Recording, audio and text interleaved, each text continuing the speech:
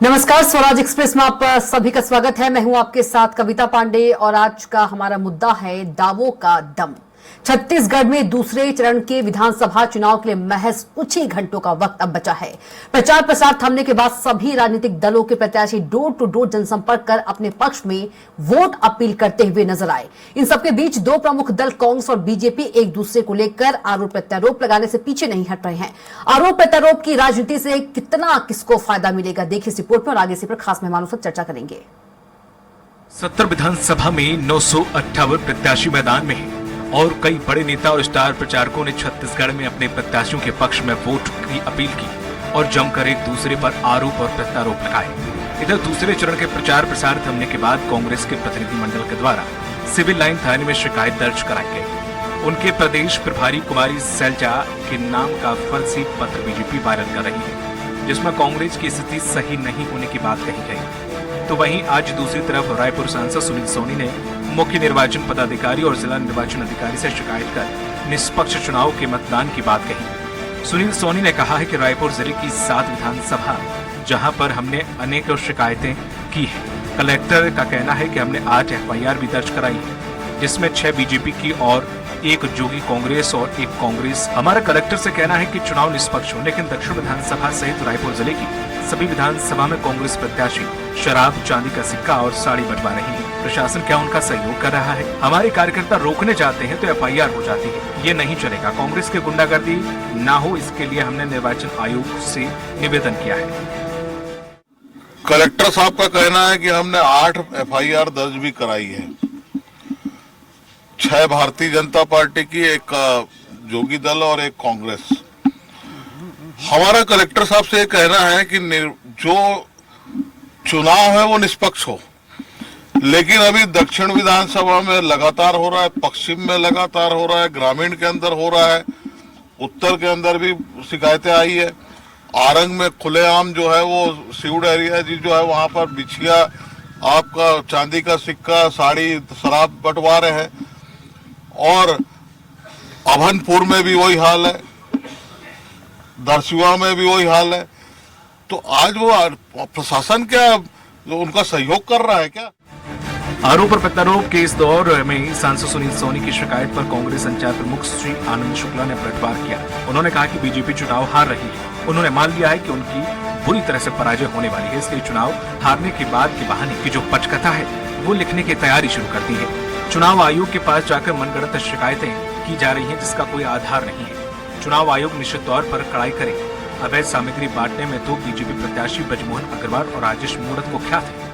Bharatiya Janata party ने यह मान लिया है मतदान के पहले कि उनकी बुरी तरीके से पराजय होने वाली है, इसलिए चुनाव हारने के बाद की जो बहाने की पटकथा है वो लिखने की तैयारी भाजपा शुरू कर चुकी है। चुनाव आयोग के पास जाके मनगढ़ंत शिकायतें, फर्जी शिकायतें, जिसका कोई आधार नहीं, ऐसी बातें कहना भारतीय जनता पार्टी का चरित्र बन चुका है।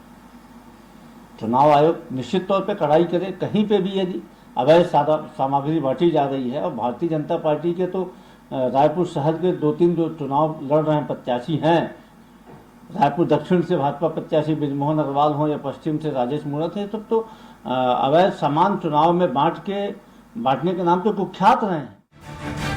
एक और जहां प्रमुख राजनीतिक दल कांग्रेस और बीजेपी अपनी जीत का दावा कर रही है, वहीं दूसरी तरफ मतदान के ठीक पहले आरोप और शिकायत करने का फायदा किसे मिलेगा?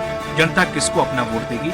इसका परिणाम तो 3 दिसंबर को मतगणना के बाद ही पता चलेगा। रायपुर से स्वराज एक्सप्रेस के लिए हेमंत शर्मा की रिपोर्ट। और हमारे साथ खास मेहमान भी मौजूद है। सत्यप्रकाश सिंह कांग्रेस प्रवक्ता हमारे साथ मौजूद है, KS चौहान जी मौजूद है बीजेपी प्रवक्ता, और राम अवतार तिवारी जी हमारे साथ मौजूद हैं, वरिष्ठ पत्रकार। आप तीनों का चर्चा में बहुत स्वागत है। सबसे पहले चलेंगे बीजेपी प्रवक्ता KS चौहान जी के पास। KS चौहान जी, बीजेपी ने आरोप लगाया है कांग्रेस पर कि कांग्रेस जो है शराब, चांदी का सिक्का और साड़ी बंटवारे हैं, लेकिन सुशील आनंद शुक्ला जी तो ये कह रहे हैं कि अवैध सामग्री बंटवाने में बीजेपी के प्रत्याशी ब्रजमोहन अग्रवाल और राजेश मूणत कुख्यात हैं। अगर ऐसी बात है तो आप ऐसी कोई गतिविधियां देख रहे हैं तो आप पुलिस स्टेशन जाइए और वहां पर रुकवाने की कोशिश करिए, और वहां पर आप रुकवा ही सकते हैं। अगर नहीं भी बंटवा रहे हैं तो भी रुकवा सकते हैं, उसमें कहीं कोई दिक्कत नहीं है। लेकिन यहाँ पर प्रशासन शुरू से ही, मैं बहुत ही जिम्मेदारी के साथ आपके चैनल में बोल रहा हूँ कि प्रशासन जो है ये बहुत ही एक तरफा कार्रवाई कर रहा है, एक तरफा जो सपोर्ट करना है वो सपोर्ट कर रहा है, एक तरफा सपोर्ट कर रहा है। और जो कि कांग्रेस पार्टी का बहुत ज्यादा सपोर्ट हो रहा है, उनके प्रत्याशियों को संरक्षण दिया जा रहा है, सीधा सीधा आरोप लगा रहे हैं आप केएस चौहान जी प्रशासन पर, सीधा सीधा पक्षपात का।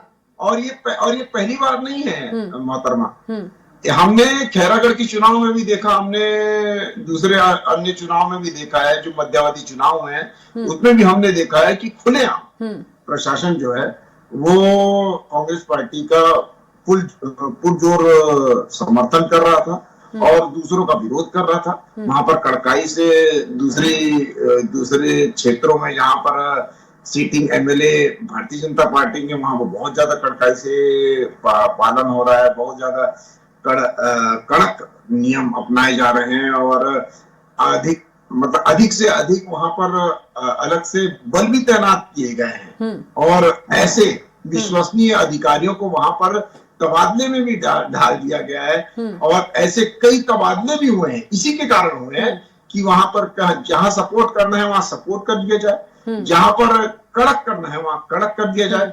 इस वजह से तबादले भी बहुत सारे हुए हैं इस आचार संहिता के पहले। ये इसका परिणाम है, ये इनकी सोची समझी चाल थी कि हम सिर्फ अपने कार्यकर्ता ही बना लिए हैं इनको, जो पुलिस बल है और जो लोकल प्रशासन है वो इनके कार्यकर्ताओं के जैसे ही काम कर रहे हैं। लेकिन उनको ये समझना चाहिए कि कार्यपालिका काम कार्यपालिका करती है और आपकी जिम्मेदारी जो है वो छत्तीसगढ़ की जनता के प्रति है, ना कि किसी प्रत्याशी के प्रति है, भले वो कोई भी तरह का प्रत्याशी। अच्छा, जैसा कि कांग्रेस कहती है कि ईडी जो है बीजेपी ही ईडी है, ईडी बीजेपी, वैसे आप कह रहे हैं कि जो पुलिस है प्रशासन है वो कांग्रेस से कार्यकर्ता है। ठीक है, सत्र मैं ये बोलना चाहता हूँ। जी बोलिए चौहान साहब। मैं ये बोलना चाहता हूँ कि जो ईडी है वो अपनी जो कार्रवाई कर रही है और वहां से कुछ बरामद होता है और बिना बरामद किए हुए ईडी नहीं आ जाती है, बिना किसी तथ्य के ईडी पहुंच नहीं जाती है, बिना किसी चीज के ईडी पहुंच नहीं जाती। जैसे लाखों रुपए की शराब और साड़ियां, लाखों रुपए की साड़ियां और शराब हमने खुद पकड़ी है और उसका वीडियो बनाया है, कहां पर, जो खैरागढ़ में, और उसको दिखाने से और उसके बाद पुलिस आई है। तो ये क्या था? और वो कांग्रेसी कार्यकर्ता के घर में मिलते हैं ये साड़ियां, तो वो क्या था वो? और यही जो चीजें हैं। ठीक है सत्र प्रकाश जी सीधा आरोप लगा रहे हैं केएस चौहान जी पुलिस प्रशासन पर और कह रहे हैं कि कांग्रेस के कार्यकर्ता बन गए हैं पुलिस और प्रशासन।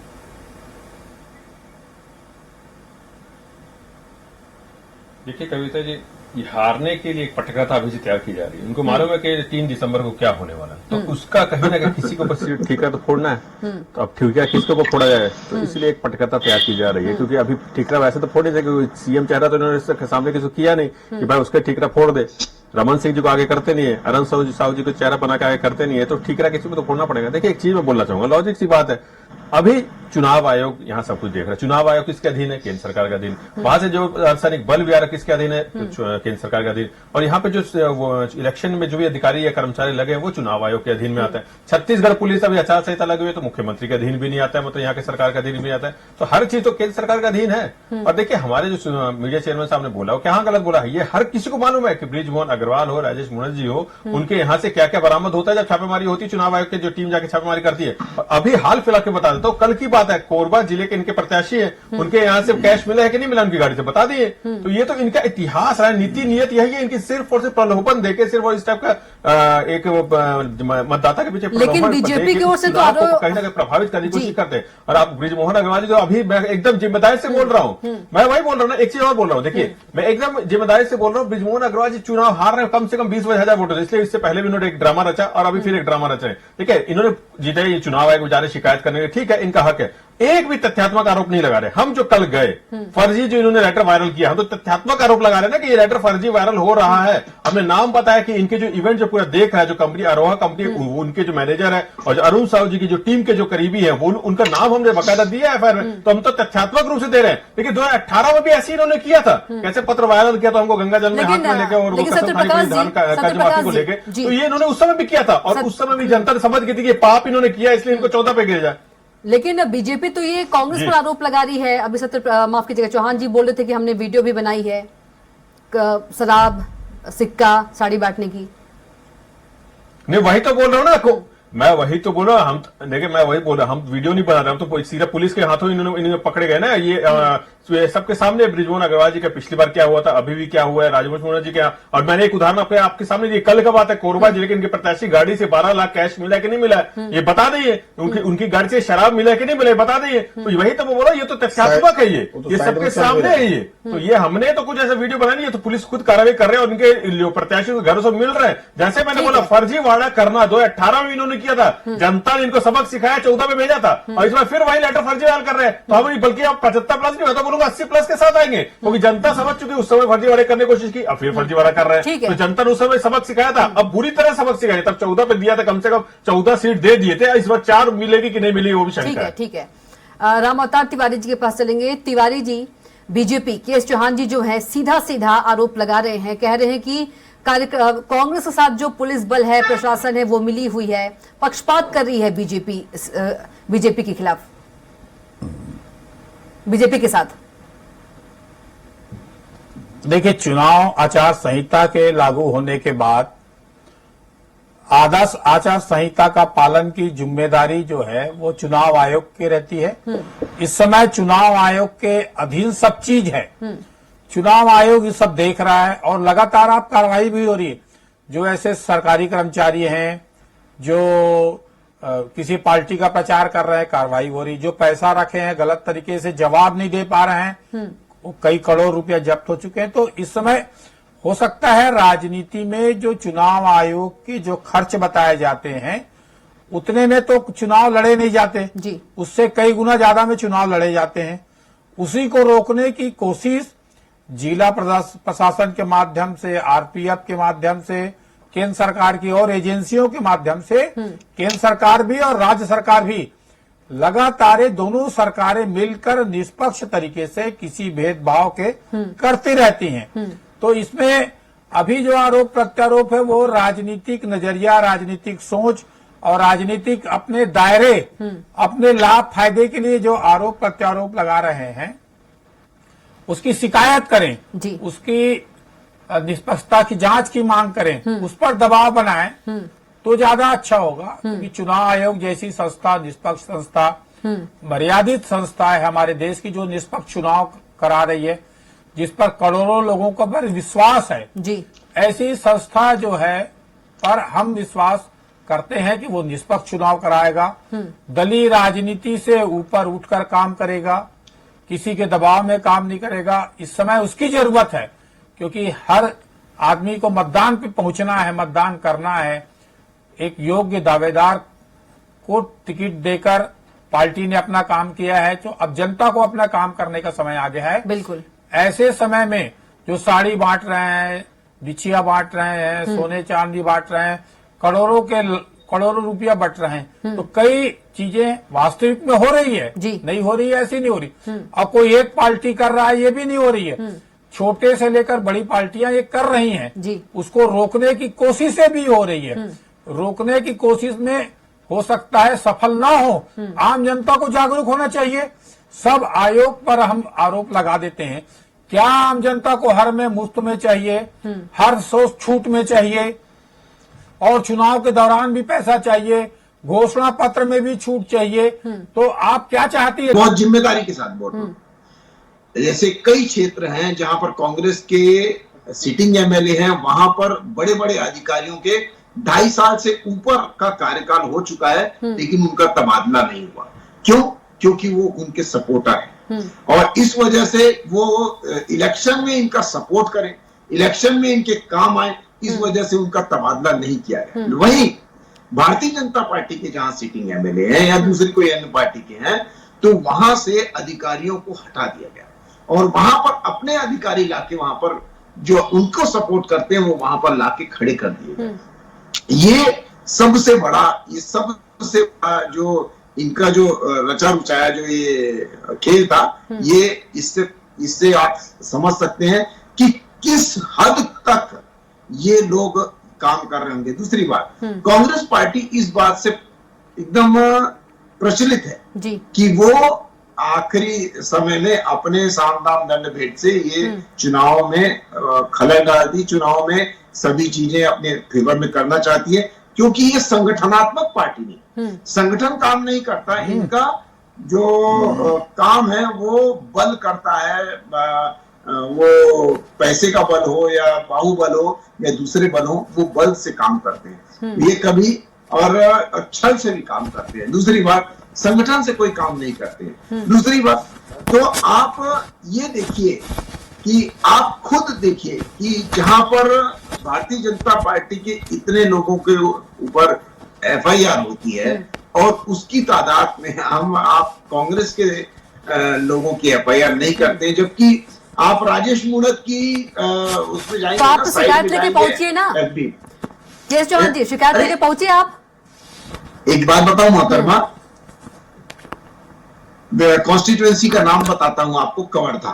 कवर्धा में इतने रोहिंग्याओं लोग को बसाया गया, इतने बाहरी लोगों को बसाया गया और उसकी वोटर लिस्ट में नाम डाला गया। जब भी वोटर लिस्ट में नए नाम आते थे उनको सर्च किया जाता था भारतीय जनता पार्टी के कार्यकर्ताओं के द्वारा, उसके बाद जाके वहां पर शिकायत भी की जाती थी, लेकिन शिकायत लेने से शिकायत में कोई प्रभाव नहीं पड़ता था, शिकायत ली नहीं जाती थी। ये तो हाल है। आज सिर्फ ये चुनाव की बात नहीं है, आज कोई भी कांग्रेसी कार्यकर्ता के ऊपर अगर कोई आरोप जाता है या कांग्रेसी जनप्रतिनिधियों के संरक्षण में कोई इंसान है या कोई कंपनी है, तो उसकी सामान्य रिपोर्ट भी नहीं लिखी जा रही है। इतना ज्यादा दबाव में डाल दिया गया। सत्य प्रकाश जी, शिकायत नहीं लिखी जा रही है, FIR नहीं हो रही है, बहुत ज्यादा दबाव है। किसका दबाव है जी? किसके दबाव में काम हो रहा है? कविता जी, कविता जी सबसे पहले तो जी मैं बता रहा हूँ। कविता जी देखिए, सबसे पहले तो मैं बोलना चाहूंगा कि कम से कम आपके प्रतिष्ठित चैनल पे लाइव डिबेट में चौहान जी ने मान लिया कि कांग्रेस सरकार आ रही है, तो उन्होंने अभी बात बोली कि अधिकारी को डर है पर ट्रांसफर हो जाए, तो सरकार आने के बाद ही होगा ना, अभी तो होगा नहीं, तो आचार संहिता रहे। तो ये मेरे को अच्छा लगा कि मान रहे कि सरकार आ रही है। चौहान जी बोल रहे हैं अधिकारियों को पटकथा यही लिखी जा रही है, पटकथा हार हमारी तय है तो इसलिए पटकथा है। मैं वही बता रहा हूँ। कविता जी एक चीज मैं बोलूंगा, कविता एक चीज मैं बोलूंगा कि साम दाम दंड भेद से सरकार कौन लेके आता है? कौन संविधान को तोड़ के, संविधान को कुचल के सरकार आता है? MP, महाराष्ट्र, राजस्थान में कोशिश की। और फिर अगर मैं संस्थाओं की बात करूं, ED भाई हम विपक्षी दलों पे आएगी, मगर अपनी सत्ता में जो लोग हैं उनके यहाँ नहीं जाएगी। तो इनसे बड़ा कौन होगा जो ऐसे अधिकारियों को दबा के और काम कराता है, प्रभावित करके काम कराता है? ये बात करेंगे बीजेपी वाला, अगर ऐसे बात करेंगे तो एक छोटा सा बच्चा भी इनको पर हंसेगा कि आप ये बात बोल रहे हैं। जो मध्य प्रदेश में आपने चुरा के सरकार बने, राजस्थान में आपने कोशिश की, ED किस हिसाब से कार्रवाई करती है सबके सामने। ये लोग जो दिखते हैं वो आप बोले तो कोई भी विश्वास नहीं करेगा कि जो आरोप लगाए तो पहले अपने घर में देखिए। जैसे बोला, इनके पास एक मुद्दा है, इनको मालूम चुनाव हम हार रहे हैं और बहुत बुरी तरह अधिकारी वाले चुनाव आयोग है। अभी यहाँ जो सरकार मुख्यमंत्री जी के हाथ में कुछ, चुनाव आयोग के हाथ में सब चीज है, तो चुनाव आयोग कार्रवाई कर रहा है तो इनको दिक्कत है। मैंने बोला केंद्र, मैं वही बोल रहा हूँ ना, चुनाव आयोग का कार्रवाई कर रही है ना, आप जाइए चुनाव आयोग, कौन मना कर रहा है? मगर देखिए वही मैं बोल रहा, तथ्यात्मक आरोप नहीं पा रहे हैं, सिर्फ और सिर्फ चुनाव को प्रभावित करने की बात कर रहे हैं, सिर्फ और सिर्फ धन बल का उपयोग करके चुनाव को प्रभावित करने की बात कर रहे हैं, मतदाताओं को प्रभावित करने की बात कर रहे हैं, क्योंकि चुनाव हार रहे हैं। 75+ के साथ अब आ रहे हैं और मैं जैसे बोला कि फर्जी लेटर वायरल करने के बाद 80+ के साथ आएंगे। इनके पास कुछ है नहीं। अभी जब चुनाव इन्होंने देख लिया कि अब बुरा हाल है, सही में अब देख लिया कि मतदाता हमारे पक्ष में नहीं आएंगे, मतदाताओं को कैसे लुभाया जाए, तब ये हथकंडे अपनाए जाए। चुनाव आयोग में जाकर शिकायत की बात हो, चाहे इनके ब्रिजमोहन अग्रवाल, राजेश मूणत जी के यहाँ से जो साड़ी और ये सब के छापे में निकलते हो, चाहे जैसे मैंने कोरबा में निकले और भी दूसरी मालूम हम चुनाव हार रहे हैं, लोगों को कैसे कैसे एक एजेंडा सेट करने की कोशिश की जा रही है। चुनाव आयोग जैसे मैं बार बार बोल रहा हूँ केंद्र सरकार के अधीन में आ रहा है, तो ये किसके कहने पे हो रही, वो तो खुद देखे ना चौहान जी। भाई केंद्र सरकार के अधीन में चुनाव आएगा और जब सरकार के अधीन अंसारी इकबाल जो यहाँ ड्यूटी में आ रहे वो आ रहे, तो हमारी सरकार तो अभी आचार संहिता में कुछ कर ही नहीं सकती ना भाई। तो कहां से आप बोल पा रहे हैं कि भाई हमारी सरकार? एक चीज और मैं बोलना चाहूंगा चौहान जी को शायद पता नहीं होगा, जैसी आचार संहिता लगी यहाँ के अधिकारियों को तबादला चुनाव आयोग ने किया था, तुरंत तबादला किया था, लगभग 40 से 50 जगह तबादला हुआ था। तो हर चीज चुनाव आयोग ने अपने अंडर में ले लिया था आचार संहिता लगते ही। हम उसमें कहां से बीच में आ रहे हैं? ये देखिए, मैंने जैसे पटकथा लिखी जा रही है, हारना इनका 75+ के साथ अब आ रहे हैं। ब्रिजमोहन जी से लेकर रमन सिंह से लेकर राजेश हुड्डा, हर कोई बहुत बड़े अंतर से आ रहा है। इसलिए इनको मालूम है कि ऊपर ठीकरा फोड़ा जाए। लेकिन नहीं है, सीएम चेहरा है नहीं, कोई नेतृत्व का नहीं, गायब हो गए पूरे चुनाव, ठीकरा फोड़ना पड़ेगा। तो चुनाव आयोग बहुत ही छोटा सा ठीकरा मिल रहा है इनको। ठीक है केएस चौहान जी, कांग्रेस जो है अधिकारियों को डरा रही है, डरा कर रखी है, आपका कहना ही है। तो क्या कांग्रेस से बीजेपी भी डरी हुई है?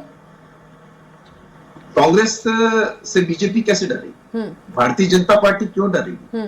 और सदन से सड़क तक की लड़ाई लड़ती है, तो जनता को डरा बोले आप, जनता की आवाज है भारतीय जनता पार्टी, तो कांग्रेस से क्या डरेगी? और झूठ से कौन डरता है? झूठ से कोई नहीं डरता, हमेशा सत्य से लड़ना पड़ता है और सत्य की ही जीत होती है। दूसरी बात यह है कि जब पिछले चुनाव में आप रात रात भर बैठते थे कि हमारे वोटिंग वोटर जो मशीन है वो इधर उधर ना हो जाए, तो वो क्या था? वो आप निष्पक्ष चुनाव लड़ना चाहते हैं, तो हम भी निष्पक्ष चुनाव लड़ना चाहते हैं। हम भी ये चाहते हैं कि आप अपने स्तर पर चुनाव लड़े, आप जो एक नॉर्म्स होता है उस पर चुनाव लड़े। और ये भूपेश बघेल जी जो सीआरपीएफ पे ट्वीट करते हैं कि उन्होंने बाधा डाली है कई ग्रामीणों को वोट नहीं देने में, तो वो क्या था? वो ये बता रहा था कि ये 7 तारीख के चुनाव जो मतदान हुआ है उसको देख के इनका रंग पीला पड़ गया। वो लेटर था, उन्होंने तथ्य के साथ ट्वीट किया था, लेटर भी डाला था, गाँव वाले लेटर लिखा था। आप लोग बस फर्जी केएस चौहान जी रुक जाइए। केएस चौहान जी लास्ट कमेंट लेंगे सत्यप्रकाश जी से। सत्यप्रकाश जी जी